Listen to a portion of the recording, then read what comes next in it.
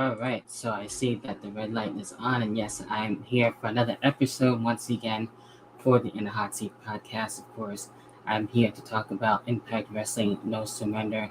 Of course, right after WWE Elimination Chamber as of last night, so really stacked Saturday as of for yesterday, and of course, having that doubleheader at least for that break between Elimination Chamber and as well for No Surrender. So, I'm going to get right down into it, and I basically got to see the main card, which is actually good and that. And well, we had a number one contenders match to actually start things off with the X Division, where we had featuring Chris Bay, Ace Austin. On this one, we had Jake Something, Mike Bailey, all looking to see who would face the X Division champion and Trey Miguel on this.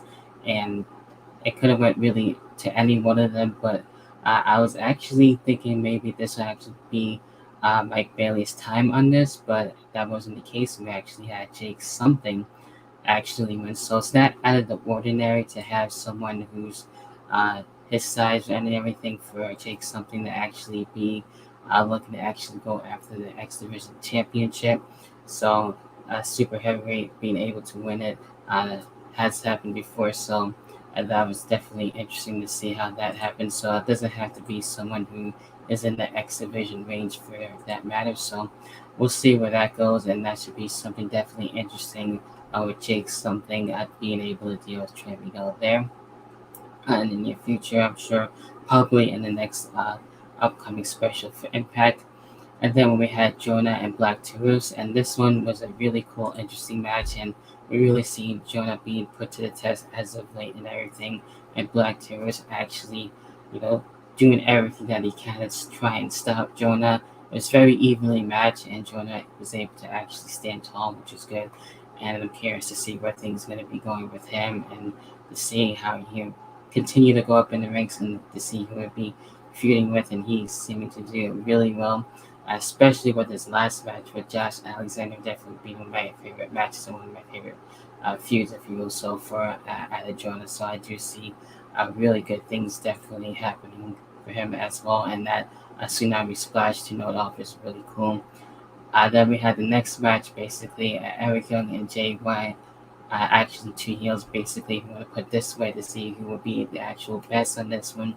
Jay White basically being everywhere as of late between AEW and Impact. So Jay White dealing with Eric Young to see who would be, like I said, the better of the two and everything. And seeing quite a few stuff from DDT to the spill to the outside.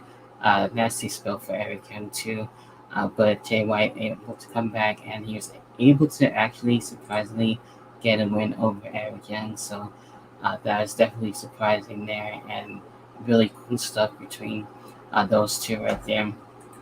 So curious to see what's next, and maybe this might actually continue. So we'll see what happens from here on. And then we had the open challenge for Deanna Peralta, and who was going to be able to face it either for the AAA Women's Champion or the ROH Women's Champion. It could have been anybody, but we ended up having Miranda Alice. That was really cool. She's definitely one of my favorites as of right now, especially seeing her in ROH and for Women of Honor.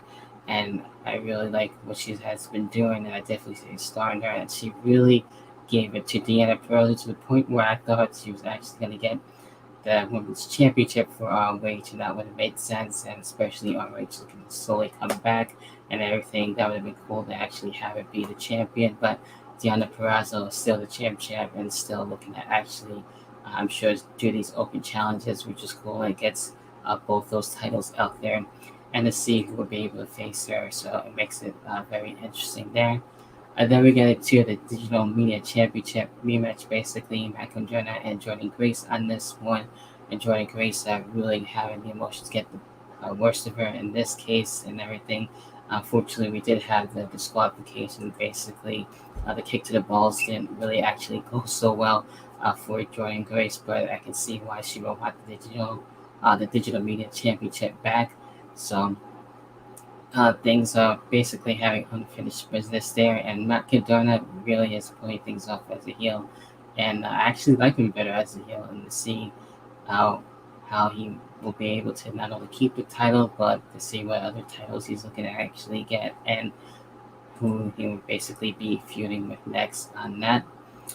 Then we get into the tag team titles on the line. The Good Brothers and GOD basically uh, Tamatanga on this one. Being able to see if they can be able to stop the Good Brothers on this one. We saw basically pump handle slam as and all some of the things that we did get to see. We did virtual see that, of course, like neck breaker and all that stuff going on there. To see who would be the better team out of this. After a while, of course, being able to have the Good Brothers basically deal with things their way and being able to be still tag team champions and everything. And then we had Jay White get involved in everything and hits actually the Blade Runner, which is pretty crazy to deal with things with the Good Brothers and see where things transpire there. So the Good Brothers basically had taken him out and everything after that. So it got pretty crazy with all that being said after the match and everything. So this whole thing actually has been cool since I haven't really seen both the teams too much before and everything, especially with the Bullet Club. So getting more familiar with them, especially in Impact, has been really something to see for sure.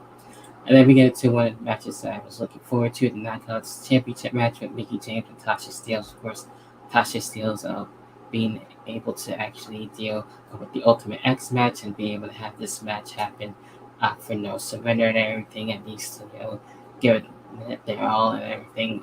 Mickie James actually was able to retain, so that doesn't really surprise me too much, but I feel like too at the same time with Chelsea Green actually getting involved and trying to help out Mickey and attacking Savannah Evans during the match and everything. I feel like they might actually have a match at some point. I feel like Chelsea Green would want the Knockouts title, especially getting involved with Tasha Steelz and Savannah Evans. So there's a lot to be added to the mix and everything. So I feel like there's a lot that would be actually going, especially into Rebellion. So I can definitely see that going at some point. And then we get into the world title match, Bruce and W. Morrissey. And at times, I really thought W. Morrissey was actually going to have his time here. And these two actually taking each other out to the point where they're both laid out at one point. W. Morrissey almost getting a title. And I felt like he would have been able to be the one to stop Moose, but Moose comes back and able to retain. So it's pretty interesting to see who's going to really actually stop Moose. Like I said, I feel like W. Morrissey would have been that person, and I almost forgot that these two were actually the heels on this one.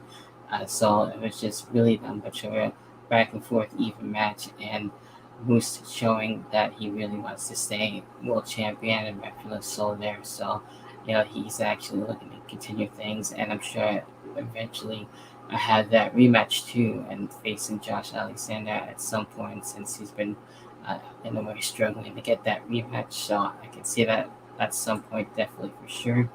And then we get into the main event, of course, with Team Impact, and as well for Honor No More, we had with Swan, Willie Mack, Chris Sabin, Rhino, and surprisingly Steve Macklin to see if he would be able to work with at Team Impact and showing that struggle as of late beforehand and then able to turn things around, which is crazy to say the very least. And what we had on the opposing team, Mike Bennett, Mike Taven, Kenny King, Vincent, and PCL on this, and it was basically crazy from the start and everything. Eventually, the referee being laid out too. Where we had to the point where we had Eddie Edwards getting involved, and he thought he would actually have out Team Impact.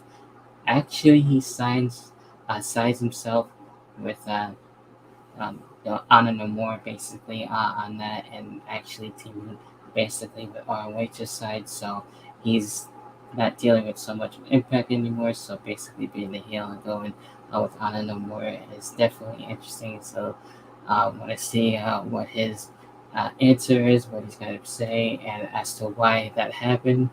So that remains to be seen.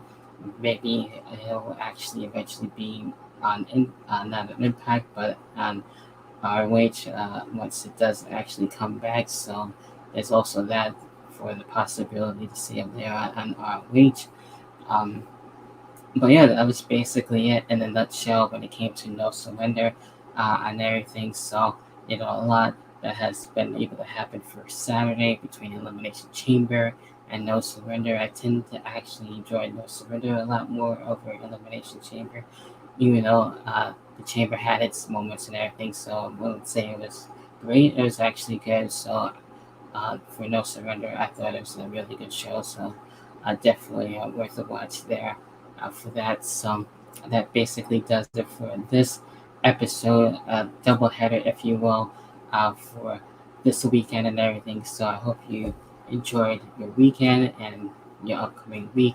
Be sure if you're watching for the video version on YouTube, subscribe and hit the notification bell, and as well leave a comment and everything. That helps out the channel a lot.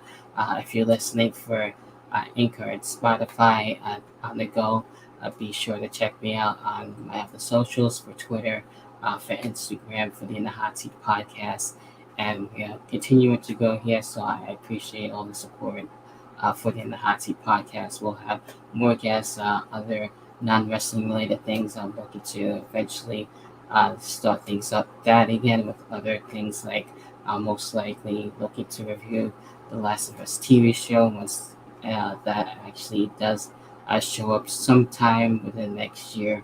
I look to actually review the episodes then, since I've been looking forward to seeing that and other ones, including with the video game review at some point too, as well for The Last of Us, and gonna try and maybe do something for like maybe The Walking Dead.